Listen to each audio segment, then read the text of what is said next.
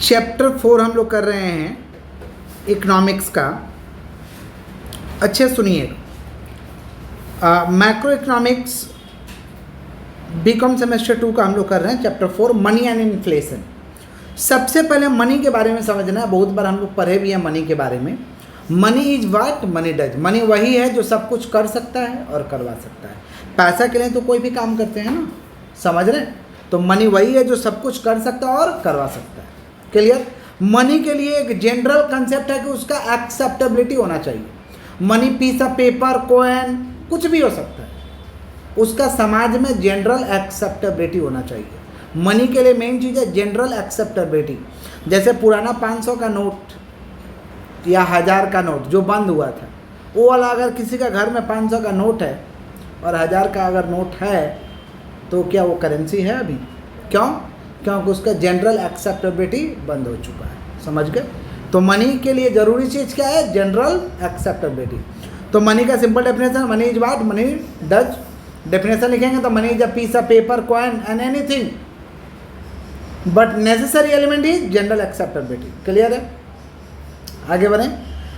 Next है function of money. Money का बहुत सारे फंक्शन है, जिसमें पहला प्राइमरी फंक्शन है मीडियम ऑफ एक्सचेंज।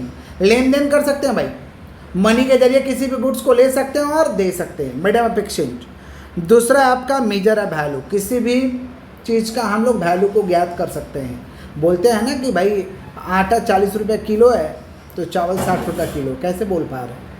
उसका वैल्यू को ज्ञात किया गया है। मोबाइल 10,000 का है, 20,000 का, कैसे बोल पाते हैं? उसका वैल्यू को क्या किया गया? ज्ञात किया गया है। पहले समझिए तो लिखिएगा, पहले समझिए। तो मनी के क्या फंक्शन है भाई? मनी के फंक्शन है मीडियम ऑफ एक्सचेंज और क्या? मीडियम ऑफ एक्सचेंज और आपका major of value. Clear? Secondary function है कि स्टैंडर्ड डिफर्ड पेमेंट, बाकी ले सकते हैं, लोन ले सकते हैं, लोन दे सकते हैं। समझ रहे हैं? स्टोर ऑफ वैल्यू, धन संपत्ति को इकट्ठा कर सकते हैं, धन संपत्ति को इकट्ठा कर सकते हैं। समझ रहे हैं? तो ये सेकेंडरी फंक्शन है। Demand for money. देखिए समाज में मनी का डिमांड होता है। किस लिए? लोग अपने ज़रूरतों को पूरा करने के लिए मनी का क्या करते हैं? मांग करते हैं, जिससे उनका डे टू डे जो ट्रांजैक्शन है वो क्या हो सके? सेटिस्फाइड हो सके। इसीलिए लोग चाहते हैं कि हमारे पास पैसा रहे। Demand for money express the desire of people for a definite amount of money. Money is needed to manage transaction and the value of transaction decide the money people want to keep. समझ रहे? तो money का demand क्यों होता है? लोग transaction के लिए पैसा का क्या करते हैं? मांग करते हैं। समझ पा रहे हैं? इसीलिए डिमांड मनी का किया जाता है। Supply of money. Supply of money कौन करता है भाई? सरकार, आरबीआई। सरकार और आरबीआई यही लोग पैसा का सप्लाई करते हैं ना। तो सप्लाई ऑफ मनी, समझ रहे हैं? सप्लाई ऑफ मनी का मतलब टोटल करेंसी कितना मार्केट में सप्लाई है।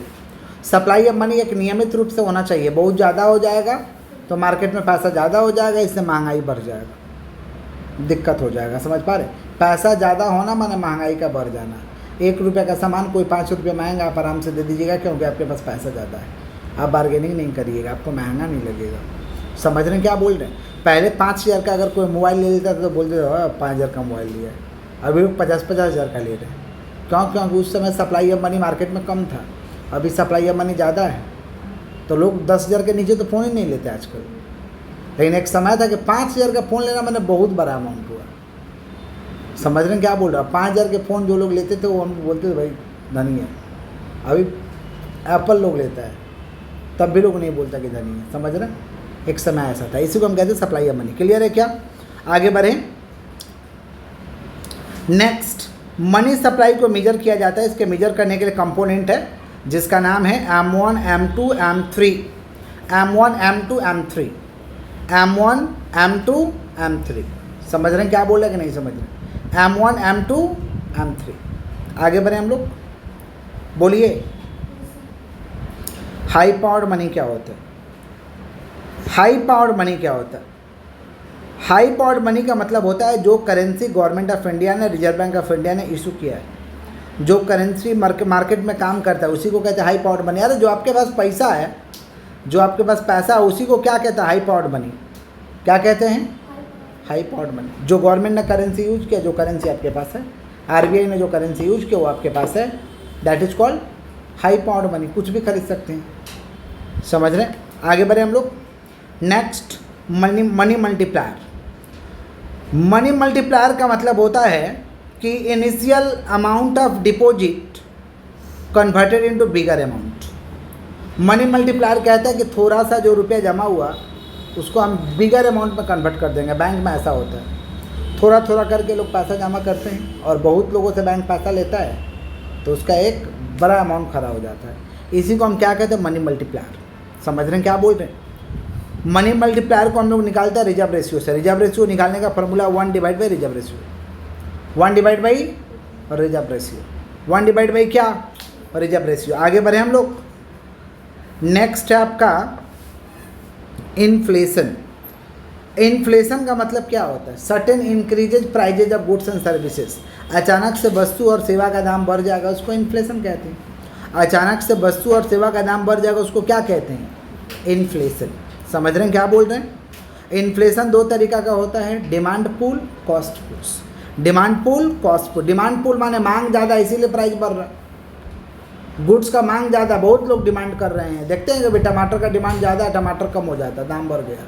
प्याज का सप्लाई कम है लेकिन लोग बहुत चाहते हैं प्याज, तो दाम बढ़ गया। इसको हम कहते हैं डिमांड पुल। कॉस्ट पुश का मतलब होता है उसका raw material, oil prices, labour charges बढ़ने के कारण दाम बढ़ा है, इसको कहते हैं कॉस्ट पुश। क्या कहते हैं भाई, कॉस्ट पुश। क्लियर है, पक्का। डिमांड पुल के बहुत सारे कारण हो सकते हैं, समझ रहे हैं। डिमांड पुल के कारण है कि गवर्नमेंट का खर्च ज़्यादा है, इन्फ्लेशन कंडीशन है देश में, पैसा ज़्यादा है, देश ग्रोथ कर रहा है, ये सब कारण है किसका, डिमांड पुल का। कॉस्ट पुश का कारण है कि दाम ही बढ़ गया, जो सामान किनने जा रहा था उसका दाम बढ़ गया। High price of commodity, higher wages, ज़्यादा लोगों का महीना हो गया, पैसा लोग ज़्यादा कमा रहे हैं। अभी जितना लोग पैसा कमा रहे पहले उतना नहीं कमाते थे, समझ रहे, इसलिए दाम भी बढ़ा हुआ है, इसको कहते हैं higher wages. Higher taxes, tax ज़्यादा है। हायर फूड प्राइजेज, सामान का दाम ज़्यादा है। राइज इन ऑयल प्राइजेज और अदर रॉ मटेरियल, और ऑयल प्राइस बढ़ रहा है, अदर रॉ मटेरियल का दाम बढ़ रहा है। किसका कारण है भाई, कॉस्ट पुश इन्फ्लेशन। नीचे जो डायग्राम देख रहे हैं मनी मल्टीप्लायर का है, मनी मल्टीप्लायर में इसको बनाइएगा। डायग्राम देख रहे हैं कि अब छोटा सा अमाउंट कैसे बिगर में कन्वर्ट हो जाएगा। माने मनी मल्टीप्लायर कहता है कि अगर अमाउंट को, पैसा को इन्वेस्ट किया जाए कमाने के लिए, तो एक दिन ऐसा आएगा कि वो बड़ा सा एम्पायर खड़ा करके रख देगा, और सच्चाई भी है। इसी को हम कहते हैं money multiplier. Money multiplier, clear है, पक्का। क्या क्या पढ़ाएं एक बार गो थ्रू करा दे फटाफट। सबसे पहले आते आते आपको समझाए हैं हम money. Money is what, money does. इसके लिए जनरल एक्सेप्टेबिलिटी का होना जरूरी है। मनी का क्या फंक्शन है, primary function, secondary function. Primary function है medium of exchange, measure of value. लेन देन कर सकते हैं, कोई भी सामान को लेन देन कर सकते हैं। वैल्यू का माने किसी भी सामान का मूल्य को ज्ञात कर सकते हैं। जैसे बुखार लगता है तो कितना टेम्परेचर है, क्या चीज़ का प्रयोग करते हैं, थर्मामीटर। तब ऐसे ही सामान का कितना दाम है उसके लिए मनी का प्रयोग किया जाएगा। सेकेंडरी फंक्शन में आएगा standard deferred payment, stored of value. Demand for money, लोग पैसा चाहते हैं अपने ज़रूरत का चीज़ों को पूरा करने के लिए। सरकार मनी को सप्लाई करता है बट एक लिमिटेड अमाउंट में। ज़्यादा मनी अब सप्लाई हो जाएगा तो महंगाई को जन्म दे देगा, समझ रहे हैं। हाई पावर्ड मनी, जो करेंसी हम लोगों के पास, उसको कौन सा मनी कहते हैं, high powered money. Money multiplier initial amount of deposit को बिगर में कन्वर्ट कर देगा, इसको कहते हैं मनी मल्टीप्लायर। इसको निकालते हैं रिजर्व रेशियो के माध्यम से। फॉर्मूला है 1 divide by reserve ratio. Inflation means certain increases prizes of goods and services. अचानक से वस्तु और सेवा का दाम बढ़ जाएगा, उसको इन्फ्लेशन कहते हैं। इन्फ्लेशन 2 तरीका का, demand pull, cost push. Demand pull माने मांग ज़्यादा कर रहे हैं लोग, ज़्यादा लोगों को गुड्स चाहिए, दाम तो बढ़ना ही है। और कॉस्ट पुश माने उसका दाम में बढ़ गया, रॉ मटेरियल का दाम बढ़ गया, लेबर का दाम बढ़ गया, ऑयल का दाम बढ़ गया, समझ रहे हैं। तो सिंपल सा बात है, दाम बढ़ेगा, इसको कहते हैं कॉस्ट पुश। पढ़ के आइएगा, ठीक है।